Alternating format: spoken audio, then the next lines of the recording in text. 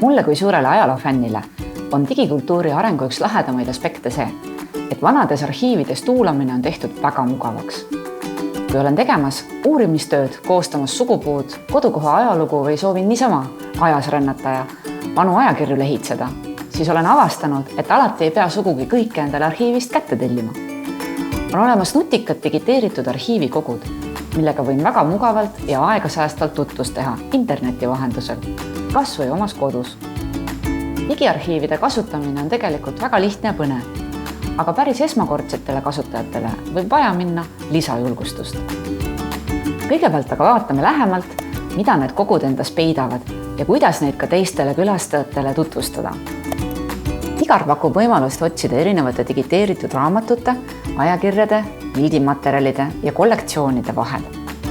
Näiteks on siin võimalik lugeda kuni 2016. aastani ilmunud ajakirju. Juhul, kui sa ei mäleta nimeliselt, millist väljaannet parasjagu otsid, siis Tigar pakub välja erinevad teemade valdkonnad, et oma otsingut pisut täpsustada. Kogu perioodika alt avaneb aga suur valik kõigist digiteeritud väljaannetest. Kui oled õige väljaande üles leidnud, siis saad selle enda arvutisse alla laadida PDF-faili kujul. Kui aga otsid mõnda kindlat artiklit vanadest ajalehtedest või alates 2017. aastast ilmunud ajakirjadest, siis on abiks sulle Tigar Eesti artiklite andmebaas.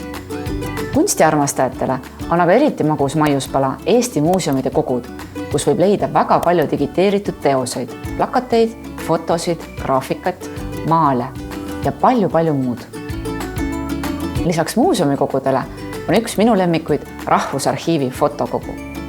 Siin on võimalik tutvuda põnevate fotokollektsioonidega ja otsida pilte konkreetselt sulle huvi pakkuvast valdkonnast. Näiteks üks mu lemmiklinnasid Eestis on Tartu ja siit saan kõiki Tartuga seotud fotosid vaadata. Lisaks arhiivist tuulamisele soovitaksin korraldada ka mängulisi ülesandeid, mis aitavad tekitada kasutajas arhiivikogude vastu huvi ning näidata, kui palju huvitavat neist tegelikult leidub. Näiteks üks lahe mäng on plakati ülesanne, kus tuleb erinevaid vanu plakateid õige pealkirjaga ühendada. Sarnase ülesehitusega mäng on maakaartidega ajatelje loomine.